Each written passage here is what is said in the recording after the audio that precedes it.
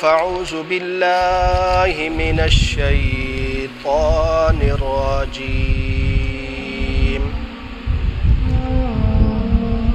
بسم اللہ الرحمن الرحیم والفجر وليال عشر والشفع والوتر آمنت بالله صدق الله العظيم وصدق رسوله النبي الكريم ونحن على ذلك لمن الشاهدين والشاكرين والحمد لله رب العالمين۔ دوستو ساتھیو، حمد و ثنا کے بعد اللہ تبارک و تعالیٰ کا لاکھ لاکھ شکر ہے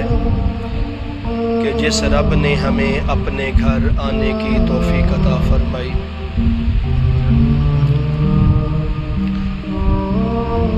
اور اللہ تبارک و تعالیٰ کا لاکھ لاکھ شکر ہے کہ جس رب نے ہمیں مسلمان گھرانے میں پیدا کیا، اس رب نے ہمیں صحت اور تندرستی والی زندگی عطا فرمائی، اور صحت اور تندرستی عطا کرنے کے بعد ہمیں اپنے بابرکت مقدس گھر میں آنے کی توفیق عطا فرمائی اور جمعۃ الفریضہ ادا کرنے کی توفیق عطا فرمائی، اور دعا ہے کہ اللہ تبارک و تعالی ساری زندگی اپنے گھر اور اپنے در دی غلامی نصیب فرمائے۔ میرے دوستو بزرگو، آج 26 ذی القعدہ دی تاریخ ہے، اور چند دنوں دو بعد ذو الحج دا مہینہ شروع ہو جائے گا۔ ذو الحج دا مہینہ وہ مہینہ ہے جس مہینے دی عظمت اور شان اللہ تبارک و تعالی نے قرآن مجید کے اندر قسمیں اٹھا کر بیان کی ہے۔ سال دے 12 مہینے اور 12 مہینے ہی اللہ تعالی نے بنائے۔ ان 12 مہینوں میں سے کوئی مہینہ کوئی ایسا منحوس نہیں کیا جا سکتا، بلکہ سب مہینے بابرکت مہینے، سب مہینے شانہ والے مہینے، سب مہینے عظمتاں اور رفعتاں والے مہینے، اور انہاں سارے مہینیاں نو اللہ تبارک و تعالی نے خود بنایا۔ بابرکت مہینہ شروع ہونے والا ہے، اور اس تو پچھلے دنوں دے اندر، پچھلے مہینیاں دے اندر، پچھلے خطبیاں دے اندر ایک ایسا تفصیلی موضوع تسیں الحمدللہ سن چکے ہو، جو کہ اولاد کی تربیت کے متعلق، اور اولاد کی تربیت کس انداز سے ہم نے کرنی ہے۔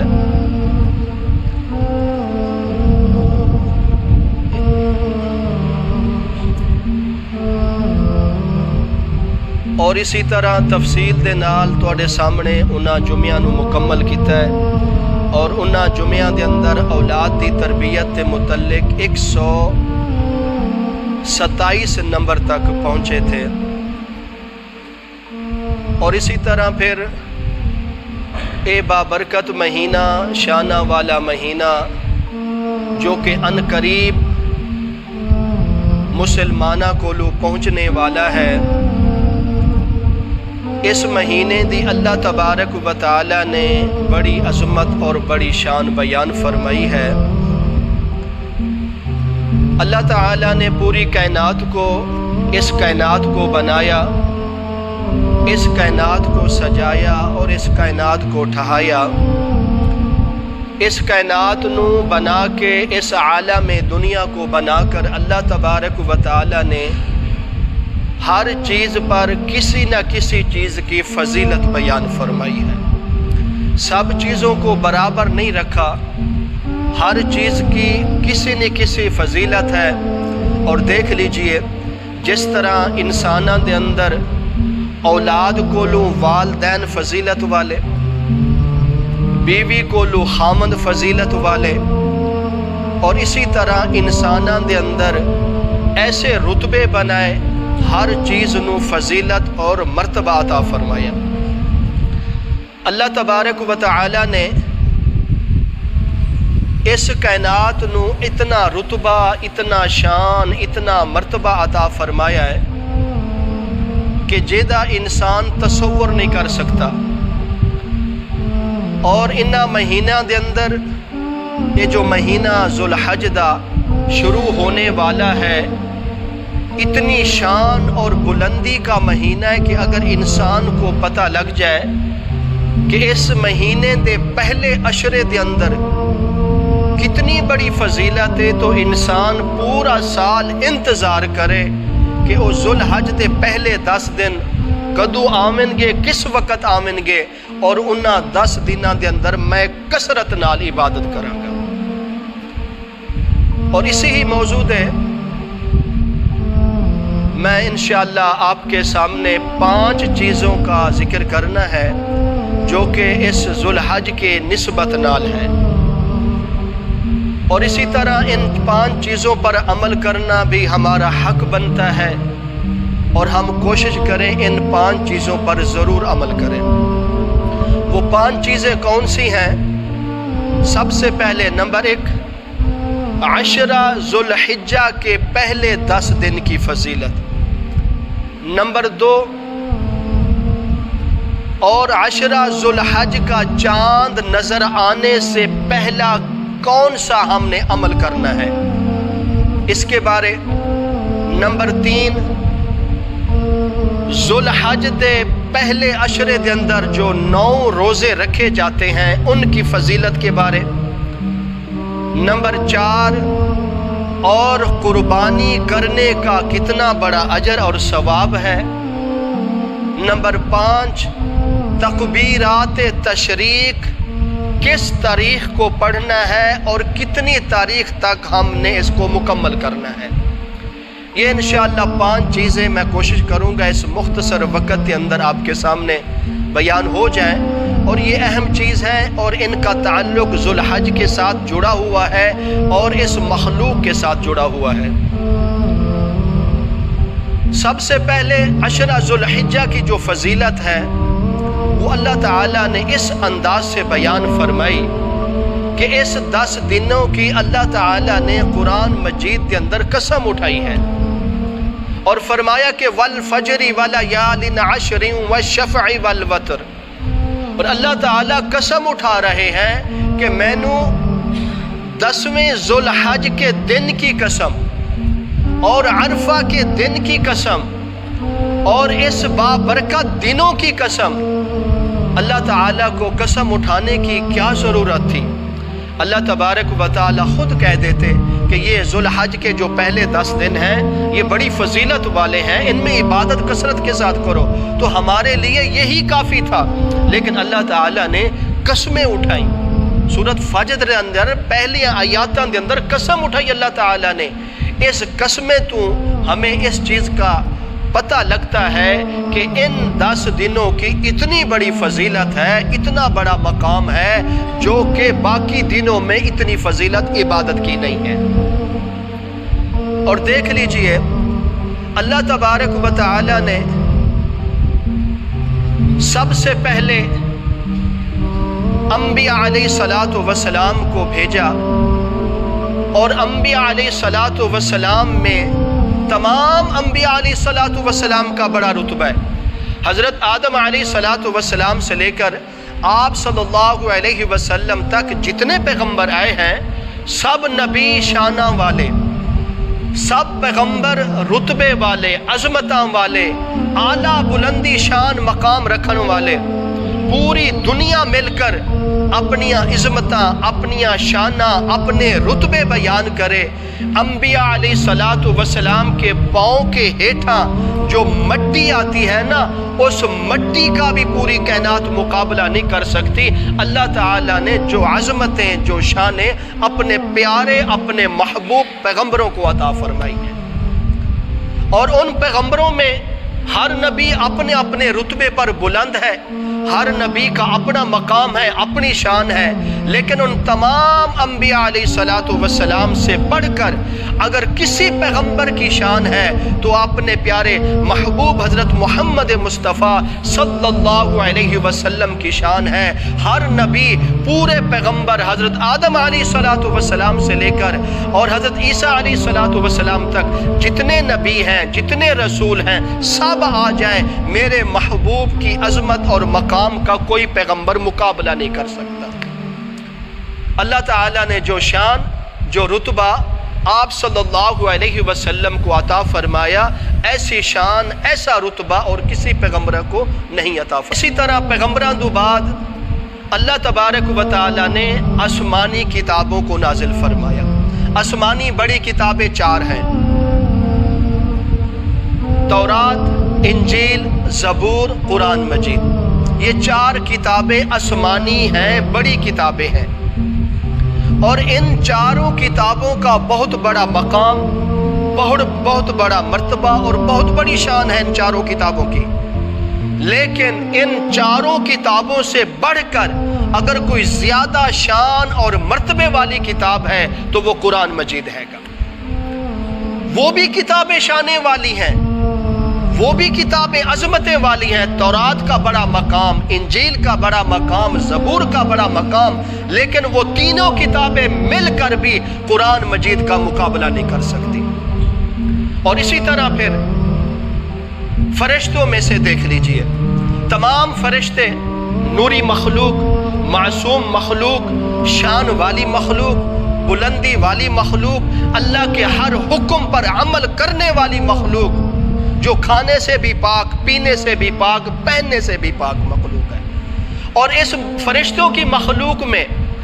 سب سے بڑا مرتبہ حضرت جبرائیل علیہ الصلوۃ والسلام کا ہے۔